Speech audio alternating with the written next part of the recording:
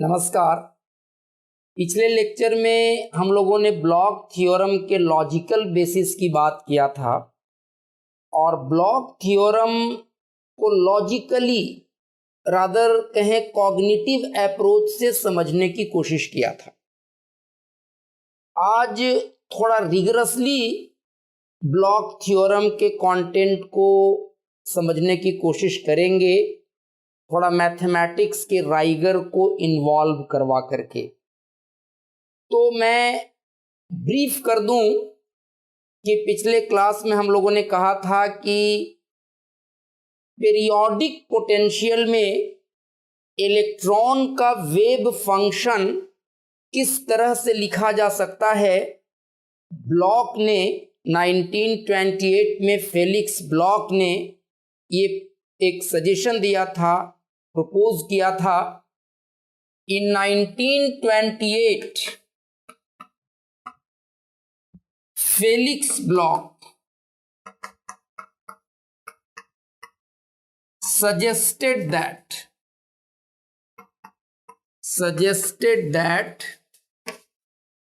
the wave function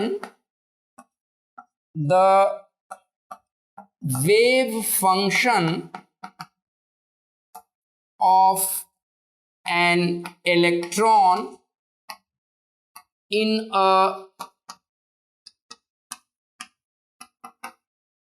periodic potential can be written as periodic potential जहां पर होगा। Periodic potential से मैं क्या मीन कर रहा हूं, मैंने पिछले क्लास में भी समझाने की कोशिश किया था कि जैसे मान लीजिए अगर हम लोग वन डायमेंशनल क्रिस्टल लैटिस की कल्पना करें, डिफरेंट लैटिस साइट्स पर एटम्स या आयन्स लोकेटेड हैं, सिचुएटेड हैं, तो हर आयन अपना एक पोटेंशियल प्रोड्यूस करेगा लैटिस के किसी भी पॉइंट पर, और हर इंडिविजुअल आयन के पोटेंशियल का अलजेब्राइक सम अगर लें तो लैटिस की पीरियोडिसिटी के कारण हमारा जो पोटेंशियल फंक्शन आता है वो भी पीरियोडिक नेचर का आता है। हम लोग कुछ इस तरह से दिखाए थे कि अगर वन डायमेंशनल एग्जाम्पल लेकर के थोड़ा इसको विजुअलाइज करना समझना ज़्यादा आसान हो जाता है, तो हर लैटिस साइट पर आयन्स सिचुएटेड हैं और इस तरह के क्रिस्टल लैटिस में इस तरह का एक periodic repetition of same kind of potential function होता है। तो हम लोग इस तरह के पीरियोडिक पोटेंशियल में इलेक्ट्रॉन के वेव फंक्शन को कैसे लिख सकते हैं, तो वो लिख सकते हैं साई के as a function of r is equal to uk as a function of r e to the power I k dot r. Here ukr is some periodic function. K is wave vector. ukr is a periodic function having periodicity of lattice,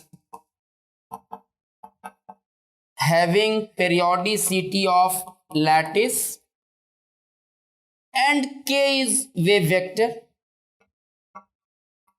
and k vector is wave vector. k vector is wave vector.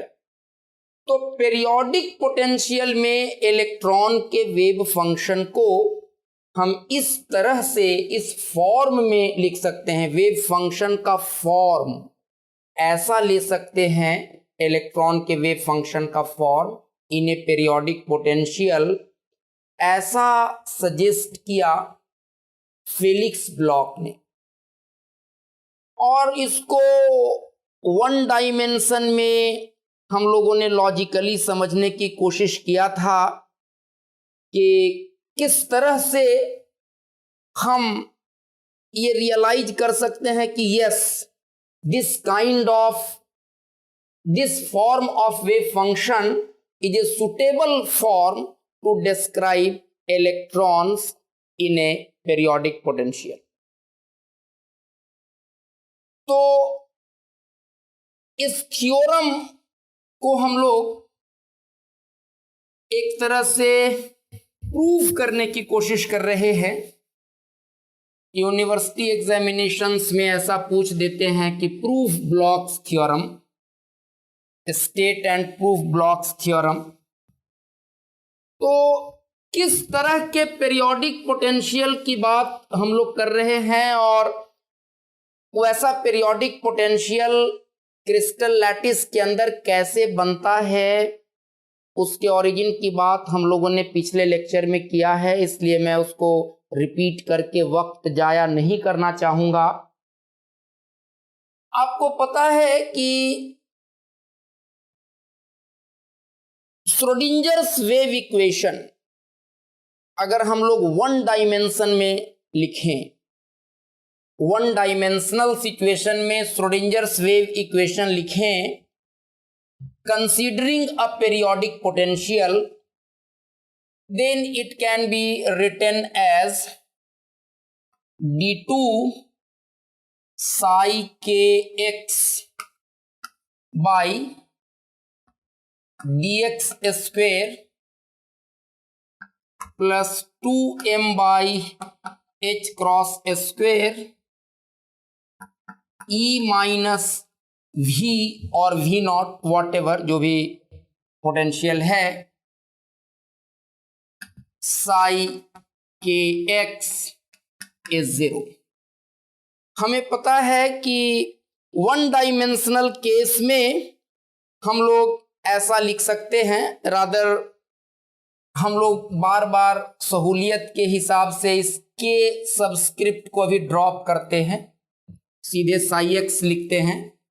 And this potential also is a function of x, satisfying the condition v at x plus a is equal to vx।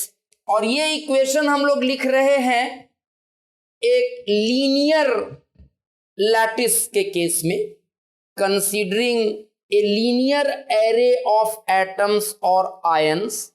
उसके case में एक one dimensional linear lattice का case consider कर रहे हैं, और फिर हम लोग ये कहेंगे कि थ्री डायमेंशन में ये इसी तरह से जनरलाइज किया जा सकता है। So Schrodinger's equation, time independent Schrodinger's equation for electron in a periodic potential like this, satisfying the periodicity Vx plus A is equal to Vx, can be written as equation 1। इसको अगर हम लोग equation 1 कह दें तो ऐसा हम लोग लिख सकते हैं। अब जो ब्लॉक का थ्योरम थ्री डायमेंशनल केस में हमने लिखा, साई के as a function of r can be written as a periodic function of r multiplied by e I k dot r। ये प्लस माइनस आप ले सकते हैं, plus minus k dot r। इसका वन डायमेंशनल काउंटर पार्ट कैसा होगा? Same इस equation को अगर वन डायमेंशन में लिखना चाहें, then what we may write, we write it as psi x is equal to u k as a function of x e to the power plus minus I K X with where UK is a periodic function of X satisfying the condition with the condition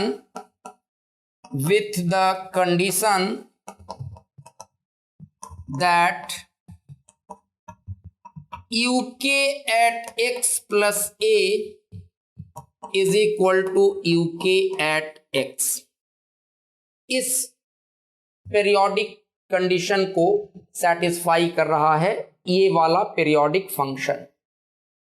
तो अगर हम लोग Sai x plus a लिखना चाहें, wave function का form at x plus a, तो हम लोग क्या लिख सकते हैं? U k at x plus a e to the power minus i k x plus a, and we know that uk at x plus a can be written as uk at x, and this can be written as e to the power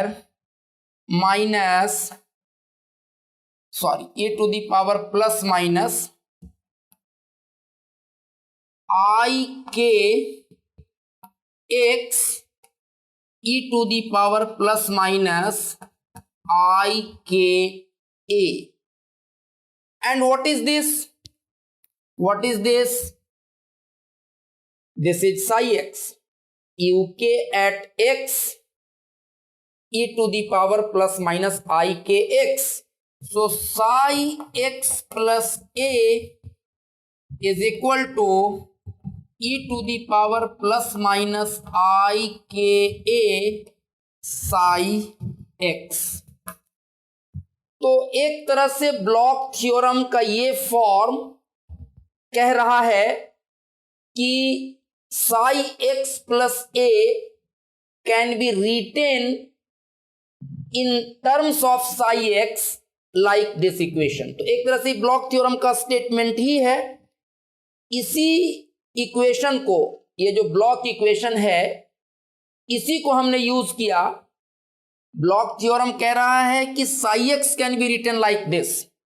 so taking help of this equation we have written psi x plus a which comes out to be equal to this if the form of wave function is like this one।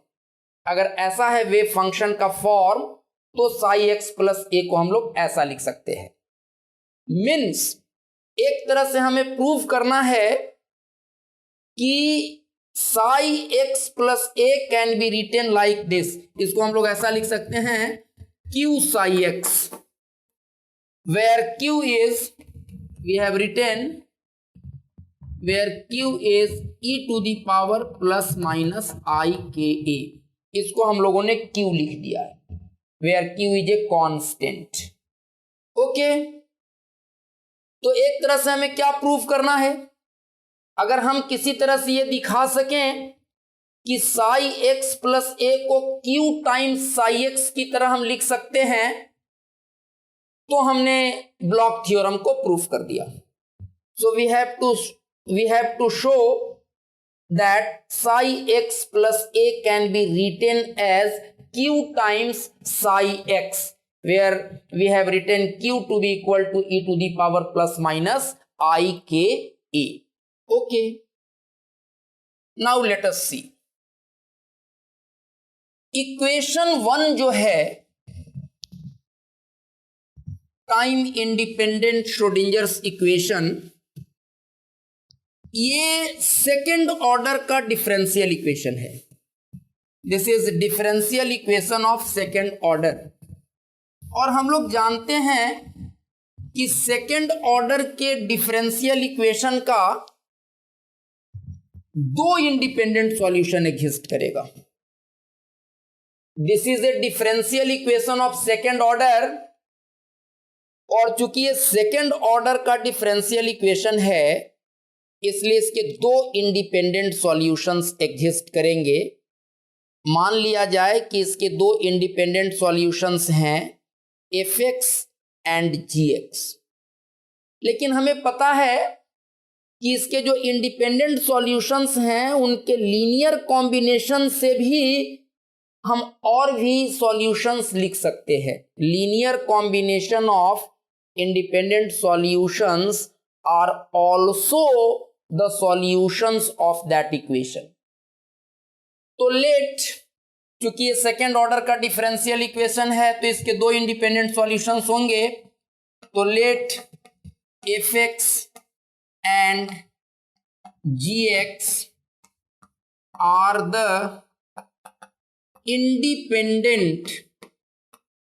independent solutions of equation 1। अब चूंकि fx और gx independent solutions हैं given equation के जो second order का differential equation है, और function periodic है, x के दोनों तरफ का सिचुएशन जैसा है, x प्लस a के दोनों तरफ का सिचुएशन वैसा ही है। पिछले क्लास में हम लोगों ने बहुत सारी बातें किया था इस सिमेट्री आर्गुमेंट के आधार पर कि अगर आप क्रिस्टल लैटिस के किसी एक लैटिस साइट पर हैं और आपकी आंखें बंद कर दी जाएं और आपको धीरे से शिफ्ट कर दिया जाए दूसरे लैटिस साइट पर, और अब आपको अपनी आंखें खोलने को कहा जाए, तो आप शायद इस पोजीशन में नहीं रहेंगे कि आप डिफरेंशिएट कर पाएं कि आप पहले यहां नहीं थे, क्योंकि अभी भी आपके दोनों तरफ का फिजिकल इन्वायरमेंट एक ही तरह का दिखेगा जैसा पहले दिख रहा था। So it will be difficult for you to locate that you have changed your position from x to x plus a। So जैसा सॉल्यूशन x पर एग्जिस्ट कर रहा है वैसा सॉल्यूशन x प्लस a पर भी एग्जिस्ट करना चाहिए। So if fx and gx are two independent solutions of given differential equation of second order, then fx plus a and gx plus a should also be the solutions of that differential equation. But independent solutions will only be two. So fx plus a को हम लोग क्या लिख सकते हैं? fx plus a भी उस differential equation का एक सॉल्यूशन होना चाहिए और gx प्लस ए भी होना चाहिए।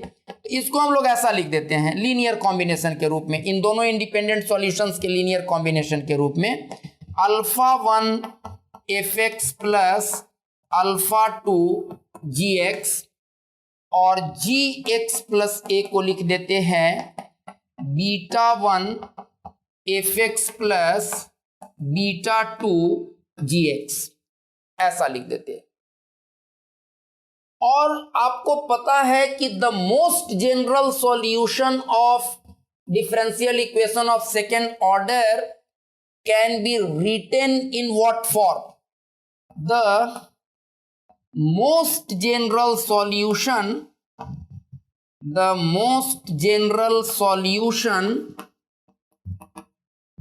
Of the differential equation of second order of the differential equation 1 can be written in the form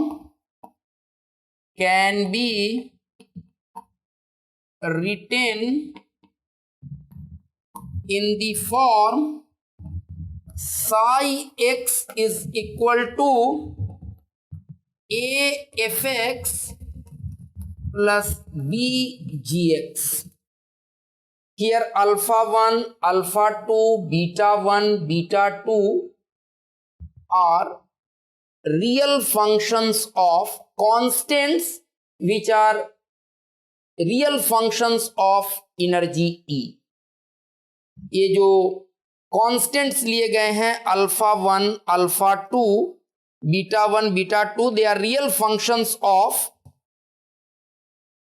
alpha 1, alpha 2, beta 1, beta 2 are real functions of energy E. Okay. Now please see. The most general solution of this equation can be written in this form. ये हम लोग second order के differential equation में ऐसा पढ़ते हैं कि second order के डिफरेंशियल इक्वेशन का मोस्ट जनरल सॉल्यूशन ऐसा लिखा जा सकता है। तो साई एक्स प्लस ए को कैसा लिख सकते हैं? अगर साई एक्स को ऐसा लिख सकते हैं तो साई एक्स प्लस ए को कैसा लिख सकते हैं? A times f x plus a plus b times g x plus a. Means what? Means what? Means what? Equation 1 को हम लोग यहां से भी इरेज कर देते हैं, थोड़ी सी जगह बना लेते हैं। Let us see. Psi x plus a can be written as what? A f x plus a plus b g x plus a. Means a if x plus a means what? Alpha 1 fx plus alpha 2 gx plus b gx plus a means beta 1 fx plus beta 2 gx. Can we write like this? So psi x plus a can be written as a alpha 1 fx plus b beta 1 fx. So a alpha 1 plus b beta 1 fx plus a alpha 2 plus b beta 2 gx. Okay. A alpha 1 plus b beta 1, a alpha 2 plus b beta 2 gx. A alpha 1 plus b beta 1 fx plus a alpha 2 plus b beta 2 gx. Now see, let a alpha 1 plus b beta 1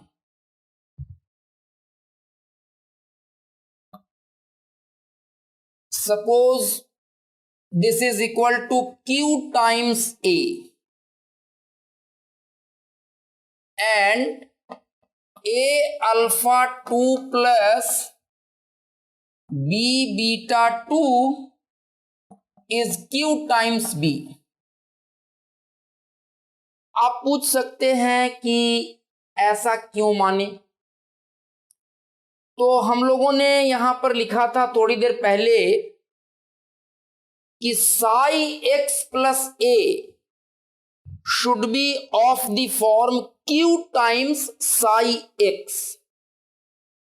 तो अगर हम लोग इसको Q times ए मान लें, इसको, और इसको क्यू टाइम्स बी मान लें, तभी only then this supposition can only let us write psi x plus a is equal to q times psi x.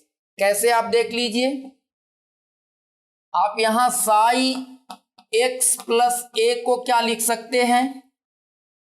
इसको हमने माना है q टाइम्स a और इसको माना है q टाइम्स b, तो q तो दोनों में है, कॉमन ले लेते हैं, क्या बच जाएगा? a f x plus b g x and AFX plus BGX is what? Psi x. So psi x plus A will be Q times psi x. तो अगर हम लोग इसको मान लें Q टाइम्स A और इसको मान लें Q टाइम्स B, तो ये रिलेशन सेटिस्फाइड हो जाएगा. Psi x plus a is equal to Q times psi x.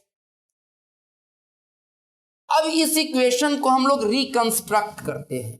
Late us reconstruct this equation. What we can write is,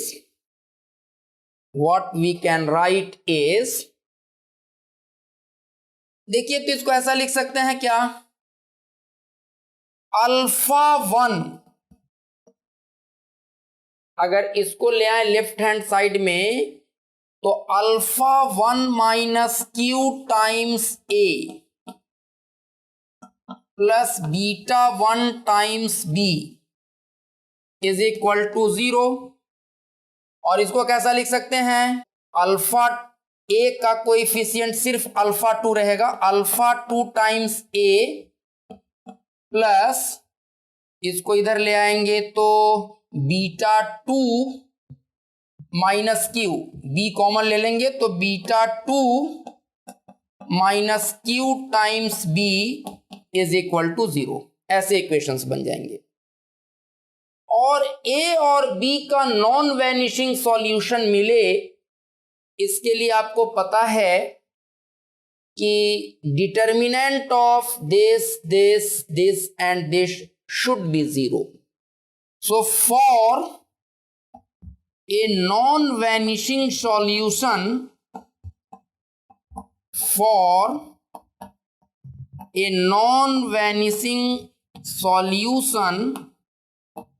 of A and B, what should happen?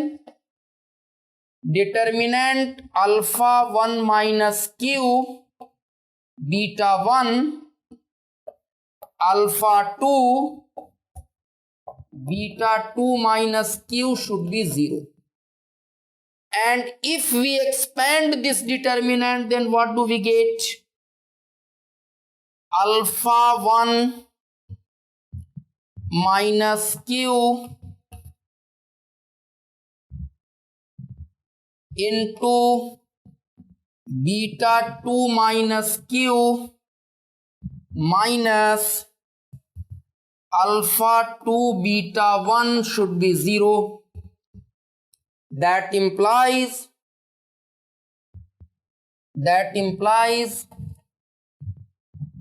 alpha 1 beta 2 minus alpha 1 Q minus beta 2 Q plus Q square minus alpha 2 beta 1 is equal to 0. तो यहां से एक equation हम लोगों को क्या मिल जा रहा है, मैं इस वाले पार्ट को अब इरेज कर सकता हूं, रादर पूरे ही को इरेज कर दे रहा हूं. So what we may write is Q square, A और B का नॉन वैनिशिंग सॉल्यूशन मिले, इसके लिए इस इक्वेशन को सेटिस्फाइड होना पड़ेगा. Q square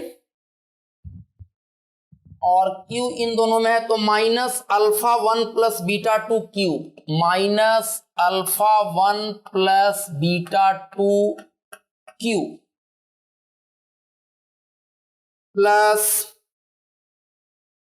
alpha 1 beta 2 plus alpha 1 beta 2 minus alpha 2 beta 1 is equal to 0. इसका ऑर्डर नंबर हम लोग 2 दे देते हैं. मुझे लगता है श्रोडिंजर्स इक्वेशन के बाद मैंने कोई ऑर्डर नंबर दिया नहीं है, तो ऐसा होना चाहिए. This equation is very important for us और लगभग सारे के सारे कॉन्क्लूजन्स हम लोग इसी इक्वेशन से आगे निकालने वाले हैं. So this equation is very important for us. Okay. Now please see, हम लोगों ने, अगर आप याद करें तो एफ एक्स प्लस ए को क्या लिखा था? एफ एक्स प्लस ए को हम लोगों ने लिखा था alpha 1 f x plus alpha 2 g x, और जी एक्स प्लस ए को हम लोगों ने क्या लिखा था? Beta 1 f x plus beta 2 g x. तो यहां से अगर दोनों तरफ हम लोग डिफरेंशिएट कर दें एक बार x के रिस्पेक्ट में, तो first derivative of this function f dash x plus a can be written as alpha 1 f dash x plus alpha 2 g dash x, and this can be written as g dash of x plus a is equal to beta 1 f dash x plus beta 2 g dash x. Okay. Now let us consider one determinant. What will it be? Let us see. Let us see. हम लोग ये देखना चाहते हैं कि determinant f x plus a, g x plus a, f dash x plus a, g dash x plus a, ये कितना होगा? Let us see. Now just expand it. इसको हम लोग ऐसा लिख सकते हैं क्या? F x plus a can be written as what? Alpha 1 f x plus alpha 2 g x. G x plus a को क्या लिख सकते हैं? Beta 1 f x plus beta 2 g x. F dash x plus a को क्या लिख सकते हैं? Alpha 1 f dash x plus alpha 2 g dash x, और g dash x plus a को क्या लिख सकते हैं? Beta 1 f dash x plus beta 2 g dash x. Okay, और डिटर्मिनेंट्स की कुछ प्रॉपर्टीज यूज कर लेते हैं जो आप लोग सारे लोग जानते हैं। डिटर्मिनेंट सॉल्व करने सबको आता है। इस डिटर्मिनेंट को 4 डिटर्मिनेंट के सम के रूप में लिख सकते हैं। This determinant can be written as what? This determinant can be written as, this determinant can be written as alpha 1 f x, beta 1 f x,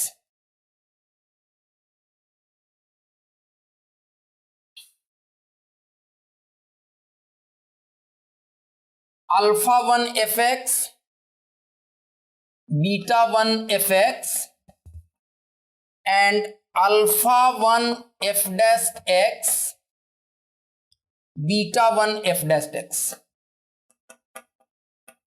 देखिए, इसको 4 डिटर्मिनेंट के सम के रूप में लिख सकते हैं। ये था बीटा 1 एफ एक्स। कैसा 4 डिटर्मिनेंट होगा? एक डिटर्मिनेंट बनेगा देश देश देश देश, दूसरा डिटर्मिनेंट बनेगा देश देश देश देश, तीसरा बनेगा देश देश देश देश, चौथा बनेगा देश देश देश देश। तो प्लस, अब दूसरा वाला डिटर्मिनेंट लिख लीजिए। इसका इसके साथ बना लिए, इसका इसके साथ बना लिए। अब इन दोनों का बनाते हैं, तो alpha 2 g x, beta 1 f x, alpha 2 g dash x, beta 1 f dash x, plus, अब तीसरा डिटर्मिनेंट कैसे बनेगा? इसके साथ सबका, तो alpha 1 f x, beta 2 g x,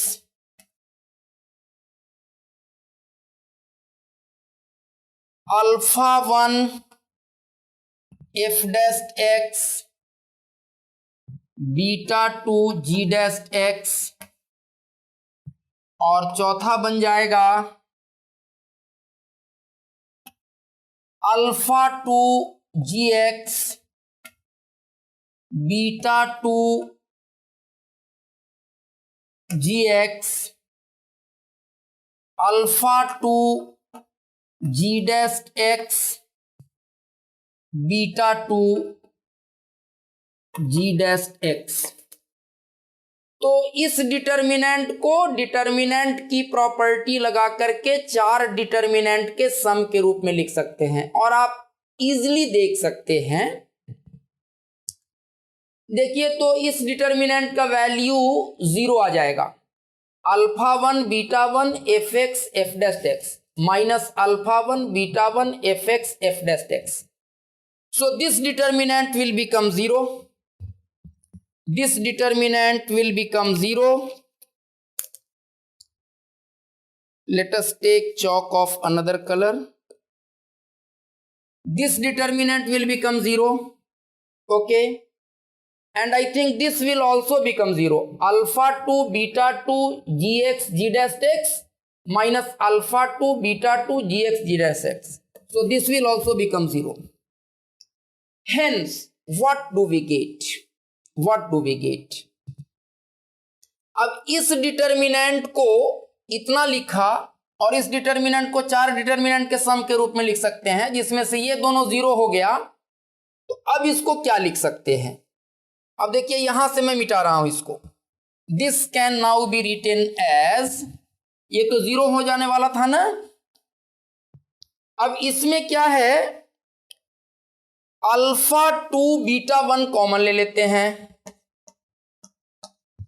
तो ये क्या बच जाएगा, alpha 2 beta 1 g x f x g dash x f dash x, और ये बच जाएगा प्लस अल्फा 1 बीटा 2, और ये हो जाएगा F x g x f dash x g dash x.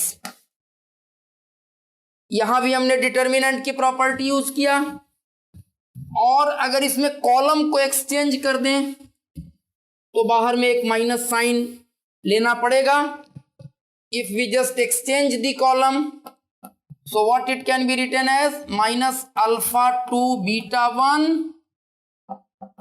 fx gx f dash x g dash x plus alpha 1 beta 2 fx gx f dash x g dash x, और ये common है, ये common है।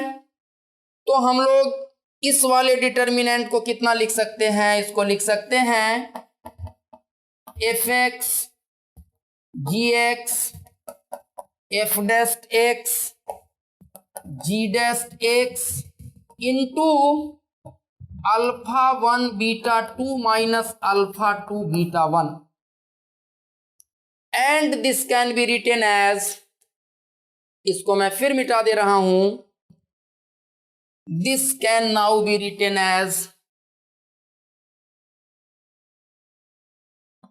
This can be written as f x g x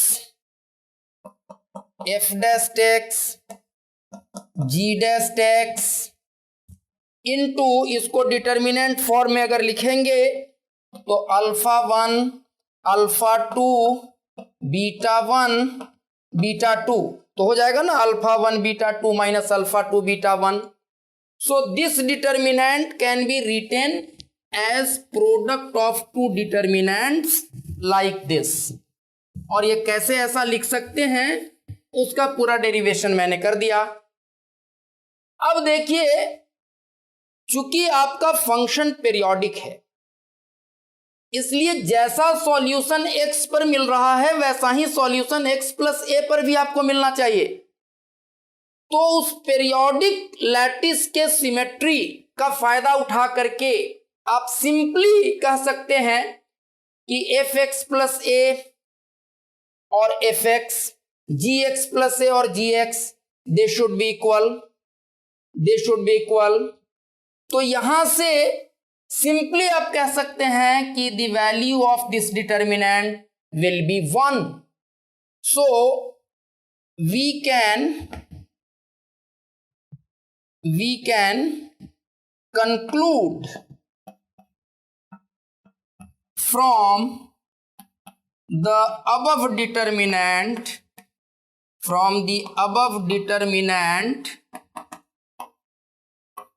that, इससे हमने क्या conclude कर लिया कि इस डिटर्मिनेंट का वैल्यू 1 होगा। That implies alpha 1 beta 2 minus alpha 2 beta 1 should be 1। मैंने कहा था कि ये इक्वेशन हमारे लिए बहुत इंपॉर्टेंट है। आप देखिए, इतना सारा मैथमेटिक्स करने के बाद हम लोग इस कंक्लूजन पर पहुंचे हैं कि ये 1 हो जाएगा हमारे इस इक्वेशन में।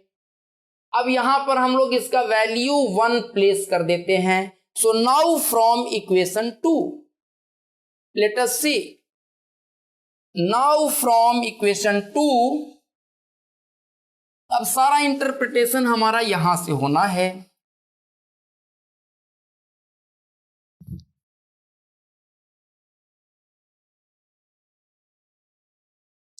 Now from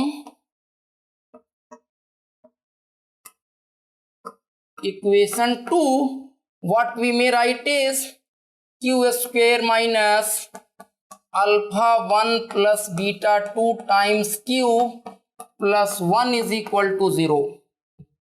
It is a quadratic equation in q.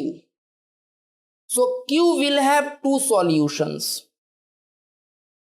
We will get two values of q which will satisfy this equation. This being quadratic in q, we should get two solutions for q. That implies there exists or there will exist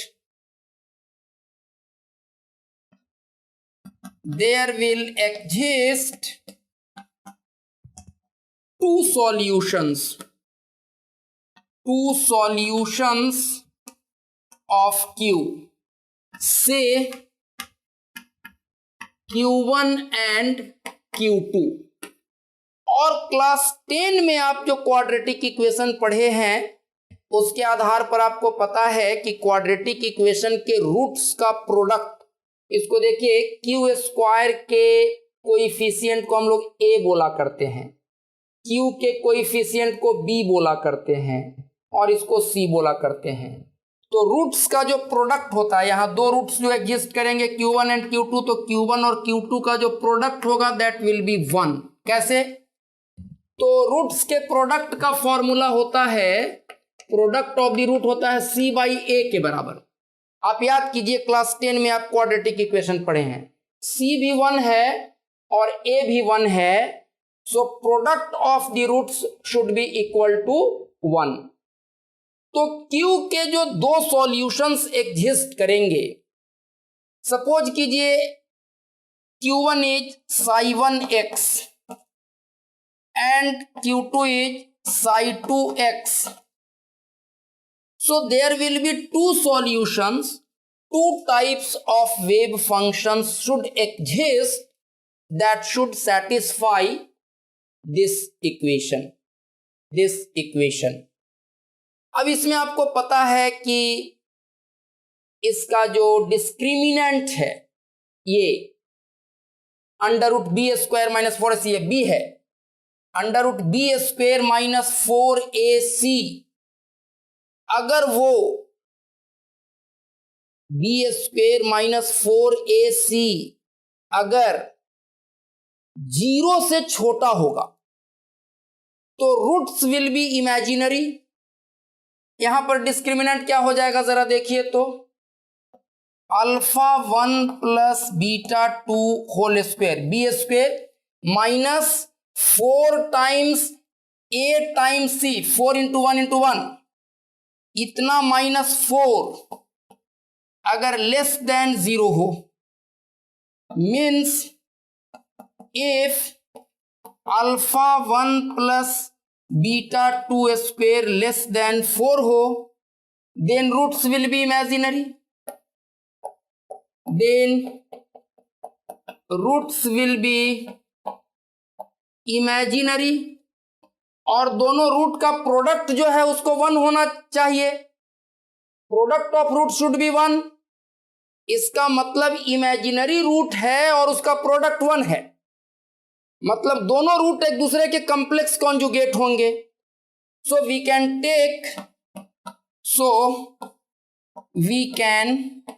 take psi 1x to be equal to e to the power I k a and psi 2x to be equal to e to the power minus I k a,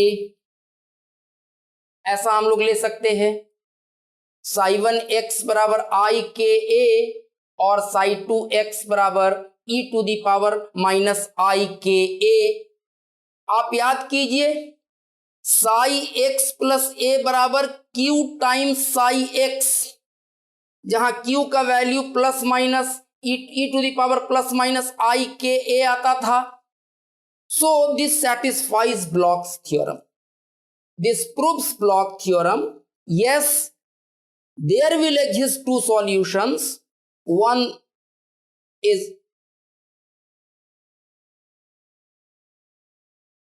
okay. So what we saw कि दो solutions हमारे exist कर रहे हैं, एक psi 1x is equal to e to the power i k a and psi 2x is equal to e to the power minus i k a. ये दोनों complex conjugate हैं और इस प्रॉपर्टी को सेटिस्फाई कर रहे हैं।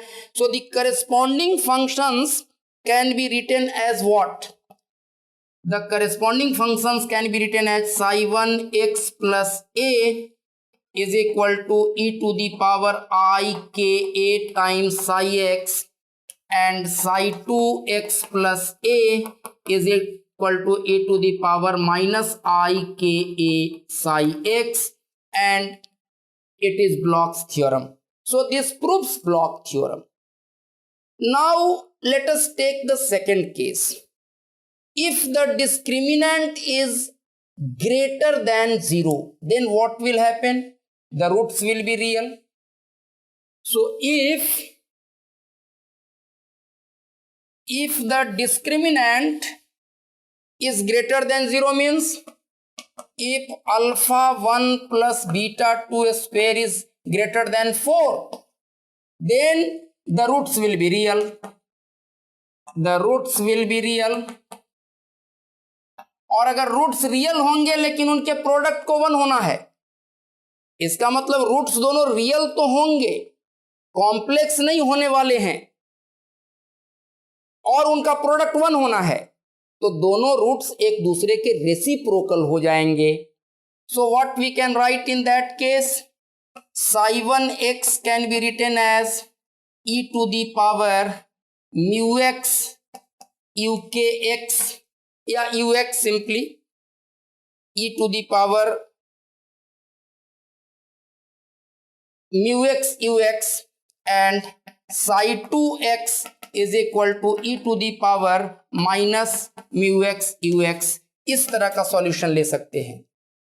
मैथमेटिकली कोई इनकंसिस्टेंसी नहीं है, वही क्वाड्रेटिक इक्वेशन है, और अगर डिस्क्रिमिनेंट ग्रेटर देन 0 है तो रूट्स रियल होंगे, इस तरह के रियल रूट्स एग्जिस्ट करेंगे, but this can not be accepted as wave functions. they are not acceptable wave functions because they are not bound functions. Wave function होने के लिए इनको बाउंड फंक्शन होना चाहिए था, ये बाउंड फंक्शंस नहीं हैं, इसलिए मैथमेटिकली तो कोई दिक्कत नहीं है, इसका रूट ऐसा होगा. But under given circumstances of situation in our crystal lattice having a periodic potential, this kind of wave function cannot be the acceptable wave functions because they are not the bound functions.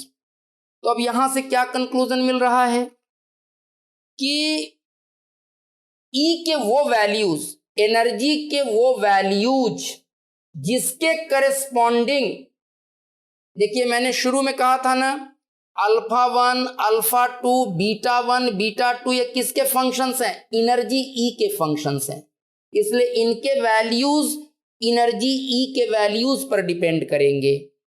और alpha 1 plus beta 2 whole square greater than 4 अगर है, मतलब energy का वैसा value, that range of energy, that band of energy, that value of energy corresponding to which this relation is satisfied, we can't have an acceptable wave solution. We can't have an acceptable solution. We can't have a wave function which is an acceptable wave function. मतलब हमारे crystal lattice के अंदर अगर electron periodic potential में है, if electron is experiencing a periodic potential, then it can't take all values of energy. It can take only certain values of energy. कुछ energy के values allowed होंगे और energy के वो वैल्यूज जिसके corresponding root real मिल रहा है वो वैल्यूड अलाउड नहीं होंगे.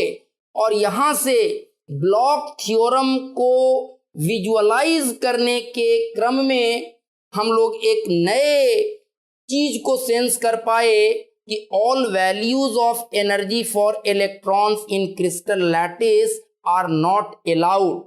Allowed and forbidden energy bands crystal के अंदर में एग्जिस्ट करेंगे. Allowed and forbidden regions of energy crystal के अंदर एग्जिस्ट करेंगे. सारे के सारे एनर्जी एग्जिस्ट नहीं करेंगे. Some region of energy will be allowed and some region of energy will be forbidden, because in that region of energy we don't have an acceptable wave function. So electrons, probability of finding electrons in those regions is 0. तो कुछ allowed energy के ranges मिलेंगे, कुछ forbidden मिलेंगे. इसका एक prelude हमें मिल जाता है ब्लॉक्स थ्योरम के मैथमेटिक्स के राइगर को देखने से. तो थोड़ा मैथमेटिक्स ज़्यादा इन्वॉल्व हुआ और इतना ज़्यादा मैथमेटिक्स इन्वॉल्व हो गया कि उसमें फिजिक्स बीच में आपको लॉस्ट जैसा दिख रहा होगा, but doesn't matter. Mathematics is the language of physics. Ultimately जो पूरा का पूरा मैथमेटिक्स की कॉम्प्लेक्सिटीज बीच में आई, मैथमेटिक्स के राइगर में हम लोग फंसे, अल्टीमेटली हमें एक यूजफुल फिजिकल इंटरप्रिटेशन वो दे रहा है. That is a matter of satisfaction for us, जिसको लेकर के हम बेटर इंसाइट के लिए आगे काम कर सकते हैं. So this is all about blocks theorem. Blocks theorem को हम मैथमेटिक्स के राइगर में जा कर के और किस तरह से फिल कर सकते हैं कि yes, the wave function for electrons in A periodic potential will be like the one which was proposed by Felix Bloch. तो आज इतना ही. अगले लेक्चर में हम लोग क्रॉनिक पेने मॉडल की बात करेंगे. Thank you very much.